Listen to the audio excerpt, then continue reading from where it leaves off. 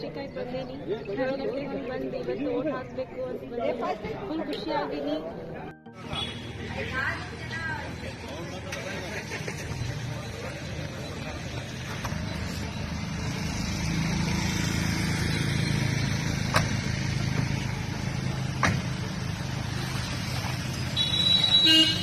ಅಲ್ಲ ಮಾತಾಡಬಾರ್ದು ಓಂಕಾರಣ್ಣ, ಯಾಕೆ ಮಾತಾಡ್ತಾರೆ?